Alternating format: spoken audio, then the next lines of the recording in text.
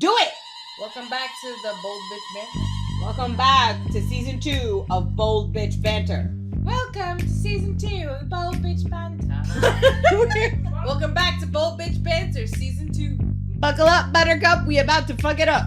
Let's go. We're back, bitches. Season 2. After we ghosted you, but we're back. So, We're in Egypt. We were in Egypt. We had the time of our lives, and we decided not to turn on our cameras or document anything the way we gaslit. We are going to Egypt, and we are so excited to share our journey with you. We're going to call out ourselves on all the bullshit at the end of season 1. Champ is going to edit in that whole area of like 5 minutes. We were like, yeah, we're going to Egypt. We're going to document everything. We were too busy actually experiencing it. So sorry. We'll give you some footage of what we have, but yeah. I'm recording because nobody's recording.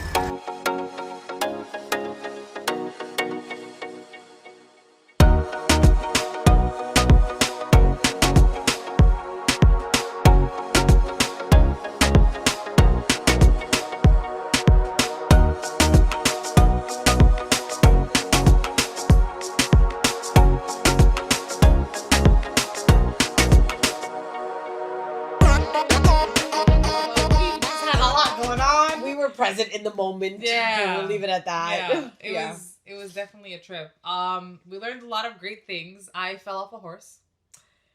Let's bring it back a little bit. I wish we did. Let's bring it back.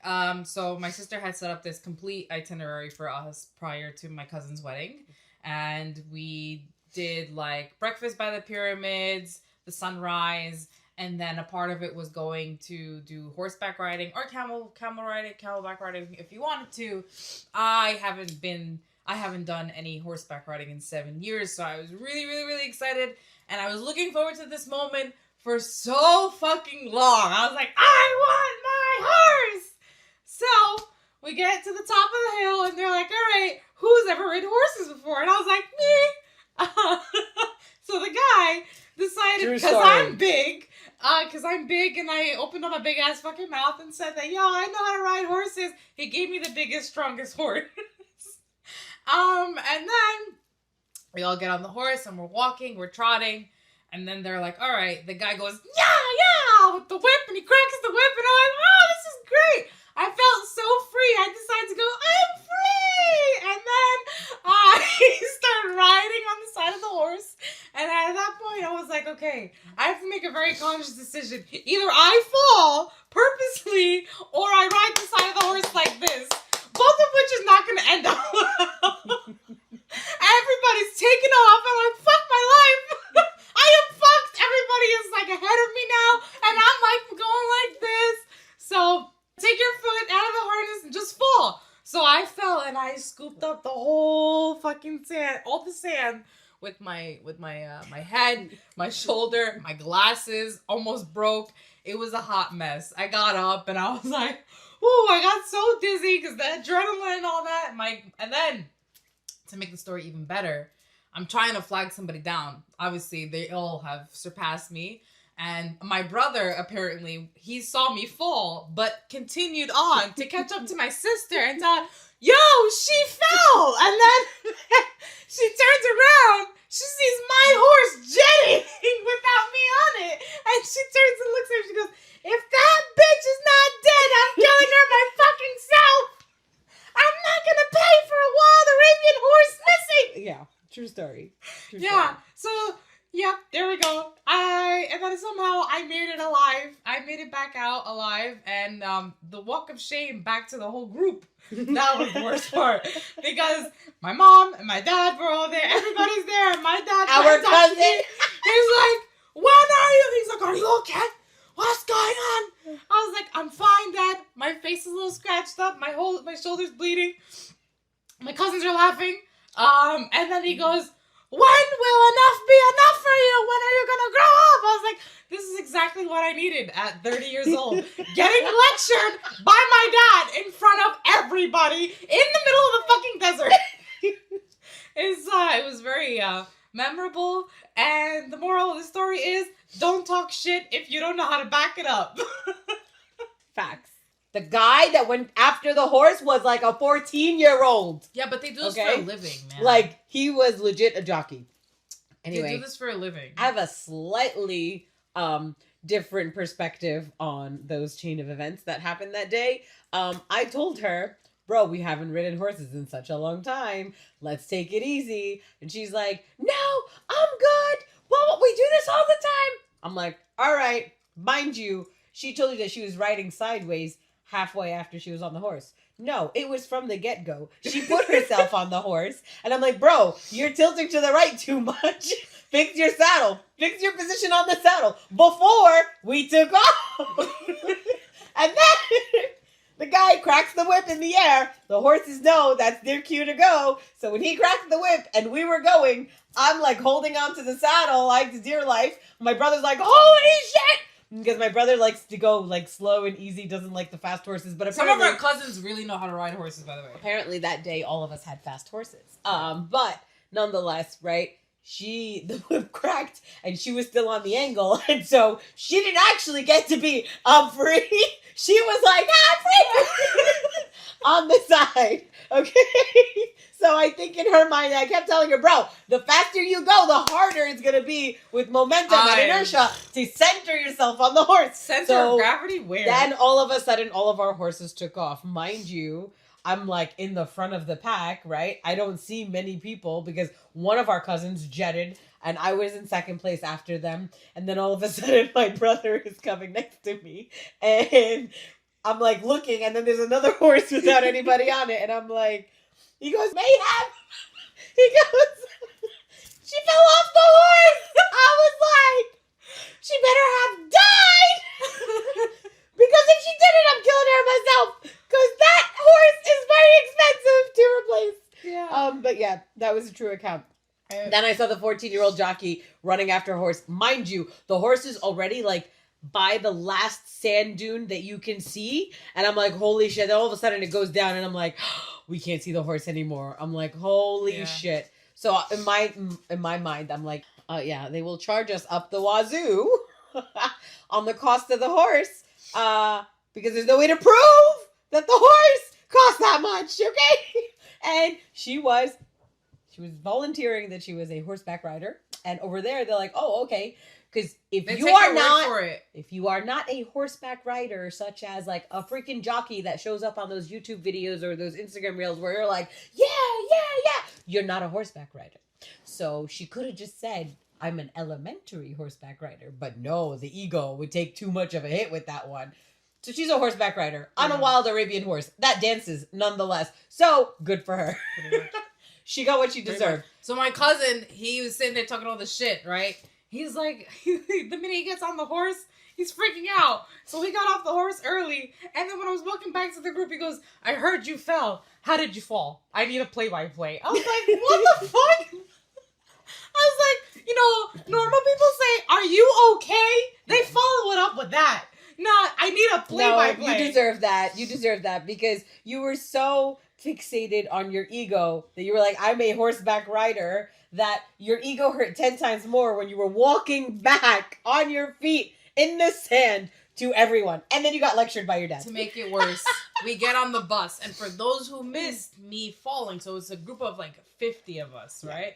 40 to 50 people. So those who missed me falling or missed hearing me fall, all heard my sister gets on the bus. She goes, everybody, she fell off her horse, but she's fine. I'm right behind her. What's the point? We're the last two on the fucking bus. Public service announcement. She goes, hey, everybody, in case you missed it, she fell off her horse, but don't worry, she's fine. Obviously, I'm walking. I'm walking. Bro, I had sand everywhere that day. Yeah, she just ate sand. So apparently when she fell, because she decided, I fell the smart thing to do is, if you know you're falling off the horse, fell on my head. Just fall. All right? Do not let the horse control your fall. You control your fall. Otherwise, you're getting trampled. You might get paralyzed. So what happened was she let go of her left leg. Then when she fell, she didn't realize that because one leg was already up, that her head was going to go down. And she wound up scooping sand with her head. Nonetheless, the moral of the story is don't let your ego make decisions for you. Yeah. Humble yourself before Life circumstances humble you. Life humble me that day. And that's what's worse is that that's the beginning of the day excursion. Yeah. We had a full day ahead of me. So everybody found it hilarious. Every few hours, I'd be like, how are you doing? Are you still okay? I'm like, I'm fucking fine. Keep moving. The epic line of the day was my brother when he was explaining to me how he saw 2 horses' asses and one of them fell off. He goes, have you ever seen a horse fall off a horse? And he was like, man, if I could have just taken out my phone and taken a picture. He goes, but I was too busy trying to steal the horse. Yeah, by the way, nonetheless, the saddles out there are, I don't know if they're single strap or double strap. They weren't the best. But you hold on to the, what is the lei called in English? Oh my God. What is the strap? The harness. The strap, yeah. The harness. The saddle is what you're sitting on. Yeah, the harness. So you're holding on to the harness, but these are pretty strong horses, right? They're wild. So it's like, yeah, if you do not make that connection with the horse and establish that you are the one who's going to be in control, the horse is going to control you. So my brother was very worried to the point where he let go of his harness. He let go of the harness. And he held on to the saddle. He's like, fuck that. And he held on to the saddle. So my brother at one point was veering like left away from the group. My cousin had to go get my brother. He was like, I said horse go on its own. And this was before we actually started going in, full horse mode. Yeah. Yes, but that's the moral of the story. So, like, humble yourself before circumstances humble you. But we're not trying to dissuade you from doing horseback riding in Egypt by the pyramids. Just tell them you don't know how to ride horses, and they will give you they will take care of moderate horses. Yeah. You'll still, even if you run with a moderate horse, you will still get that whole air in your hair feel and everything. Yes. You just won't be falling off of a horse like an idiot. Yeah, pretty much. Pretty fucking much. Okay, that's done with the horse story. Yeah, so we went to Egypt and we had a great time. And part of that great time is making sure that you're orchestrating events for a large family. And my lesson that I learned the hard way was that I need a ton of Xanax to be around my family. That's number one. Okay. When you are an organizer and you put things together and you understand that you're already factoring for people's nonchalantness, there's traffic that you have no control over because in Cairo traffic is tremendous on any given time of day. Only at like 2 a.m. is traffic not that bad. Okay. And then on top of it, you're like, okay, I'm trying to put an itinerary together to make sure that everyone can experience something that suits them or may suit their need. Because you're trying to be mindful when you're an organizer and a planner and you put things together. You're not just putting it based on you. You're trying to see the characters that are around you and putting something together that will please everyone. I am not a people pleaser, though, mind you. So all I looked like the entire time was a tyrant yelling at everybody. Literally. To the point my cousin goes, what is wrong with your sister? She has changed. I'm like, she's mad.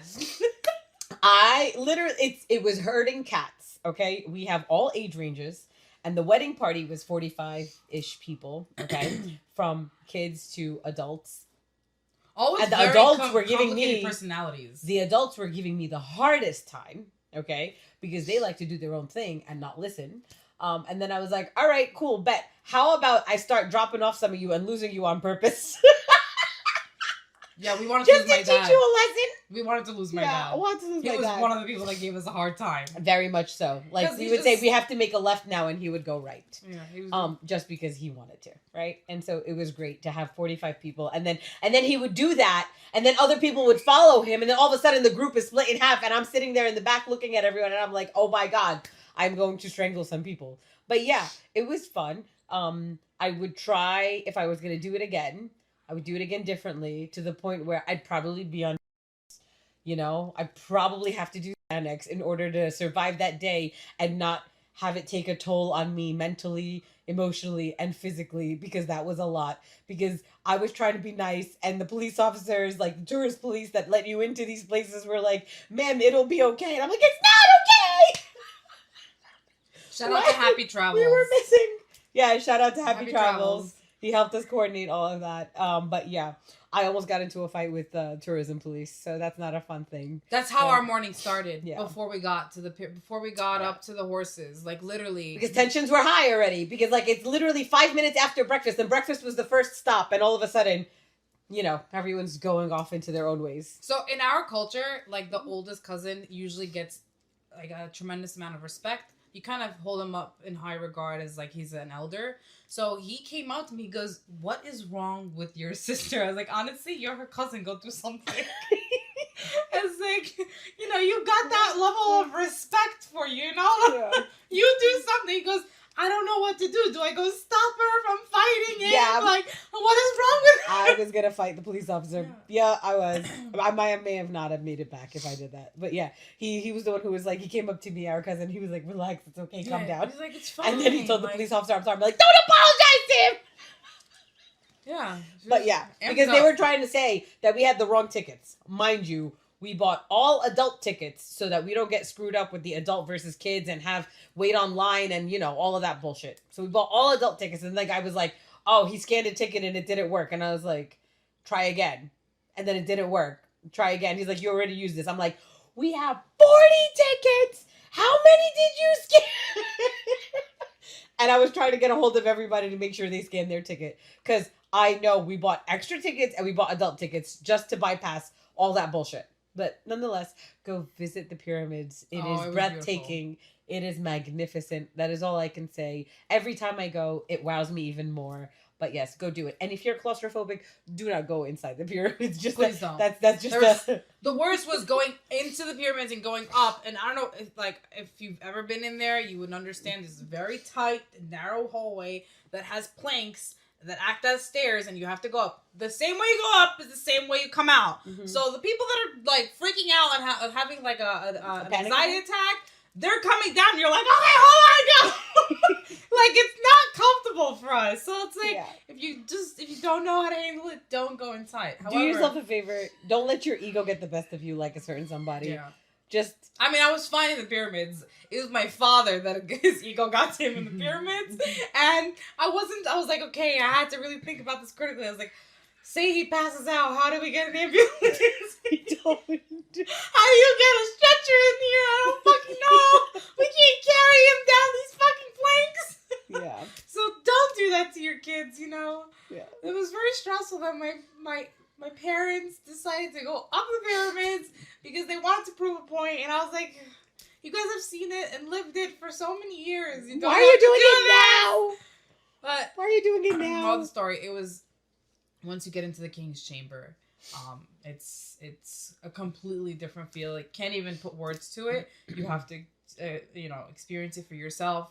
My sister, thank God for her. She put a magnificent itinerary together for us. We did that. Then we went to see the Grand Museum. And then we went to Old Cairo, and we also saw the famous hanging church. It's literally suspended in air. It used to be a Roman base back when the Romans were in Egypt. Really cool. Yeah. How they show you it was literally suspended in air, and they could show you like through the glass flooring. And then we went to the bazaar, which is like everybody's favorite, and we started singing songs. Yeah. Highly recommend that you hit up Happy Travels if you want a nice itinerary, and that you visit Egypt, but just don't overcrowd it because that would be unfortunate for us.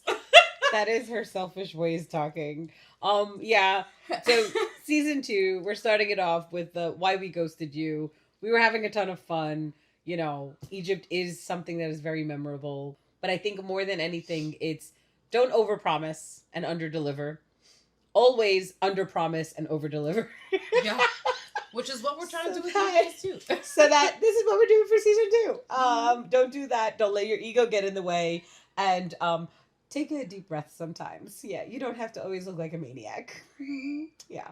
So that, you sometimes you want perfection, and you realize at the end of the day when you reflect, it's like, oh, I was the one that was ruining everything, more than people not going per directions because I was just yelling at everyone. The entire time. For some reason. 12 hours of me yelling at everyone.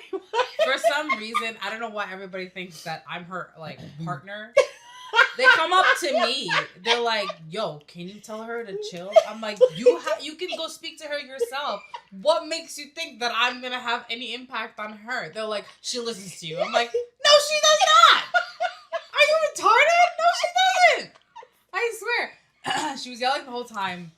Yeah. There was multiple different family members and like friends too. Like, "Yo, why is your sister so mad?" I was like, "She's just mad." I thought, what am I supposed to say? I was mad because I wanted people to have a perfect experience, but then I have to learn to manage my own expectations and let them just experience what they need to experience, even if it was mediocre on their end, because a lot of the people that were with us were in Egypt for the first time, and I wanted them to experience it in a way where it would resonate with them, right? It's, you only get one chance to do something for the first time. You don't want to ruin it. Right, so exactly. I know that from experience. That's why I was like, let's try to make this the best thing ever. And then everyone just started not following directions or timing. And it was like, guys, we are on a very tight ship. By the way, that whole day was supposed to be split into 2 days, by the way. And we did it all in one day from 5 a.m. to 5 p.m., 12 hours straight. We were exhausted. We were exhausted at the end of the day. Everyone went back to the hotel, showered, and passed the fuck out. Knocked out. And then at one point, literally, I see my sister going like, "I said you over here. Over here. Do you not know how to follow directions?" I'm like, "Yo, I don't want any part of this. I don't want a part of this at all." Legit. And then there was a security detail with us. And at one point we were yelling at my dad and he goes, "Don't yell at him." And I was like, "If he gets lost, he gets lost. I don't care anymore." And then my sister's like, "He's your problem. I'm done." Yeah. Okay. I assigned the security detail to my dad. Yeah. Because I was like, you know what? You want to be friends with him? He's your responsibility now. Yeah. No. Yeah. My dad, it's like, by the way, nonetheless, what bothers me the most out of all of this is our parents, born and raised there, so their class trips were like the pyramids and shit. And now, at a very advanced age, at an older age, now they want to experience it. But they want to experience it to the point where fuck everybody else.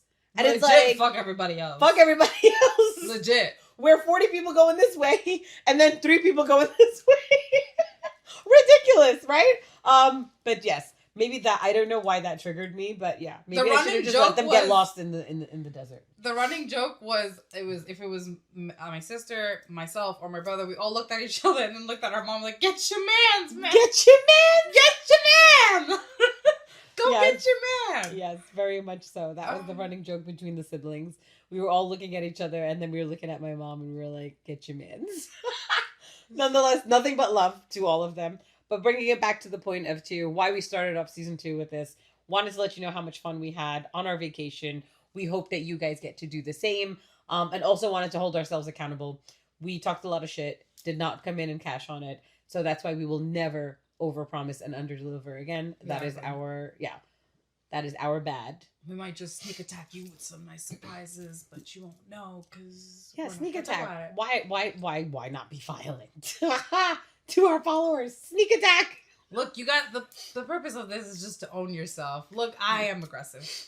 Like, I tried to just try to be like, "Oh, I'm all love and light." Yeah, you could be love and light and aggressive. Guys, we recently went to Curacao. I wasn't gonna bring this up. I was not. We're not talking about this. We recently went to Curacao, and the person that says they were aggressive was worked up by their Dutch doppelganger, who was equally as aggressive in Curacao. But the side splitting moment where I keeled over and I could not laugh anymore was this lady or girl. No. Was bouncing around and talking very aggressively. And me and my cousin locked eyes, looked at each other, then looked at my sister. And as we were looking at my sister's looking at the girl, sizing her up, and then she's like, "What's wrong with her? She's irked by her own mirror in real time. In real time." No, what pissed me off is this bitch. She comes out with her food, and she's like, "Rah, rah, rah," to her Dutch friend or whatever the fuck he was, and she's walking to give him the food, and then all of a sudden, so they walk past me this way. She's here. All of a sudden, I see this motherfucker coming from behind the truck, and she's like, "Ah, ah, ah, ah," she's yelling. I'm like, "What the fuck is this? What is that?" So my cousin turns around and goes, "If you ever had any doubt what you look in our eyes, that's it." What's that shit like that? Yes. Yeah, and my sister was very hangry that night. Like, she would literally wanted to do more than just bodily harm to us, all right? Because if I sleep another night without eating, we're gonna have major fucking issues. Mind you, no one tells you that like dinner stops there around like 8 o'clock. And we're leaving the beach late and we decide to get ready. And then so we're stepping out as dinner's wrapping up. So you're going to all the spots and they're like, no. And you're like, holy shit, what do I do? Right? So yeah. We went to a food truck. We went to a food truck, guys. We went to a food truck. Like the taxi driver was like, I'll take you guys to a food truck before I take you back to your hotel. Like, okay. But it was like a cool food truck, so it wasn't like mobile. It was a food truck on a plot of land, and there was like seating all around it in a garden and stuff. So it was really cute. But yeah, we met my sister's doppelganger there, and the funniest moment was she just mentioned that she was aggressive. That Dutch girl was also aggressive, and it irked my sister. So just be mindful of your aggression. Look, I do what I can. I try my best. Yes. Okay. So with that, we will conclude episode 1 of season 2 and why we ghosted you. You can expect a different feel. Yeah. We are no longer going off of framework scripts. No. We are keeping it real, off the cuff. Real, raw, and authentic. the way you guys like it, authentic. Okay. If it resonates, it renates. If it doesn't, then you got another ship to catch. No, there's a million different podcasts out there. Yeah, that's fine. Like we're no longer. We're just. Champ is having a heart attack in the back. Like, look, if you resonate with us, cool. If you don't, I get it. Yeah. We're not everybody's cup of tea, and we're not gonna try to force ourselves to be. We're just gonna stay true to ourselves. If you think we're cool, great. If you don't, no problem. Sayonara. Listen, best of luck to you. I'm not everybody's cup of tea. That's I'm it. champagne, bitch. So I don't give a shit. Yeah. Yeah. Moving on. What? You said cup of tea. Yeah, I'm not everybody's cup of tea. I'm fucking champagne. She's not a cup of tea at all. Not at all. She's what do they have in Iceland? Shark slicker or some shit like that. That's what she is. Yeah.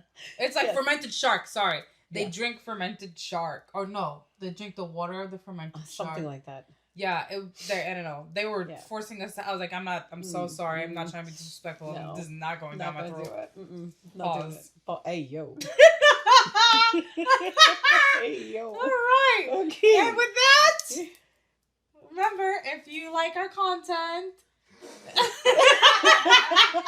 What the hell was that? If you like our content, like, follow, and share. Show us that you care. And remember to always be kind. Of a bitch. Champ, you have to say over and out. No one heard you talk the whole time. Over and out. Yeah.